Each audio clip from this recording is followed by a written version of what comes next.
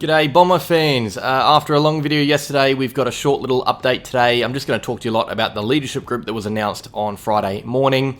I feel like Essendon's always really late to announce this sort of stuff. Not that it's an issue. I guess if anything, it gives us more time as a club to make the right decisions. And we've done something a little different this year.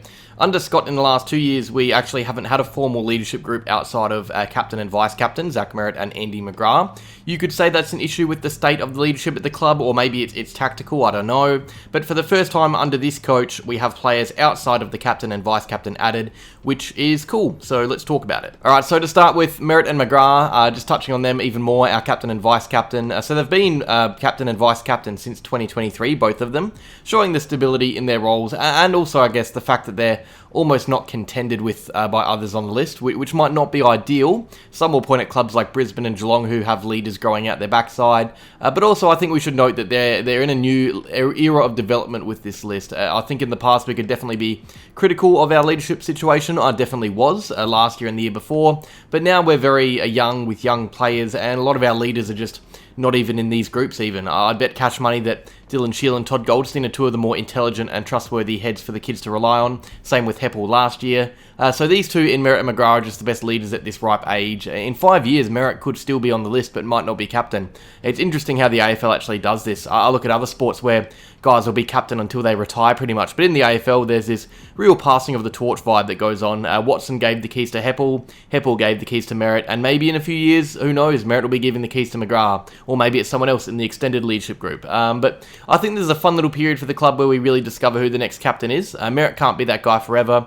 I back him to do it longer than most. He's preached longevity and being that reliable player for as long as he can be, so maybe it's 5-6 years. I wouldn't be surprised if he's playing till 35, maybe just in a different role to what he currently is. But the likelihood of our next captain already being on the list is very high, so this is where guys have to start stepping up and really showing that they can lead. And I think that extended leadership group gives us a good look into who is next in line for that.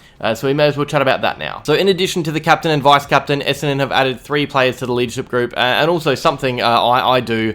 It's a bit of a life hack for you out there, but you can usually tell who is in the discussion based on the team photo on media day. So usually captain and vice-captain will sit alongside the coach in the official team photo, but sitting next to vice-captain and captain are more often than not the other members of the leadership group. So next to Andy, we had Mason Redman. Next to Zach, we had Kyle Langford. And next to Mason and Kyle, we had Nick Martin and Darcy Parish.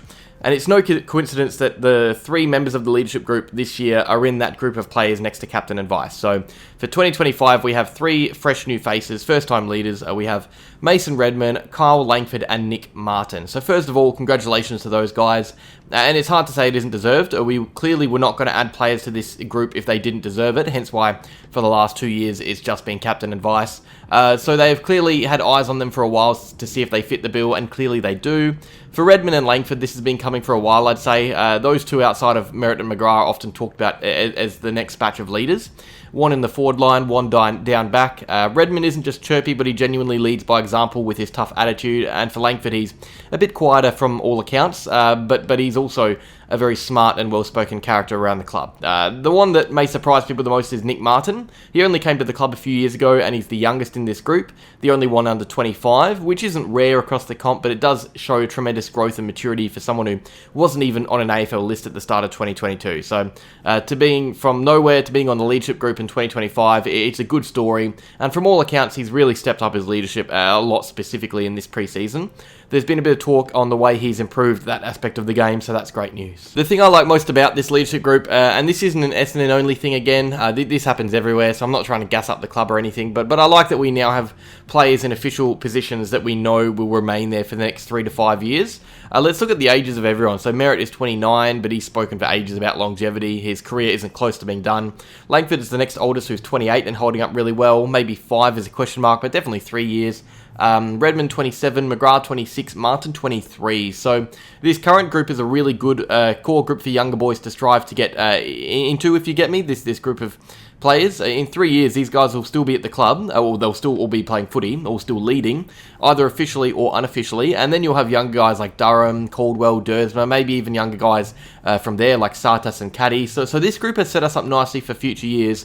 We have guys in official capacities that we can rely on, but we've also got younger guys that'll be striving to get to that level, and also older guys like Shiel and Goldstein for this season as well. So yeah, it's a fun little group we have. Merrett, captain, Andy Weiss, Langford, Redmond and Martin rounding it out. That's it. Much quicker video today. I'll have a few to come in the next few days. We've got the practice match on Tuesday. I'm going to have a review out on Wednesday, and then the long format player ratings or player review on the Thursday after. I'll get a squad selection video out as well, but I'm working all day Monday, so it'll be out on Tuesday before the game. But yeah, cheers for watching, guys. Like if you enjoyed, subscribe if you're new to the channel, and as always, go Bombers.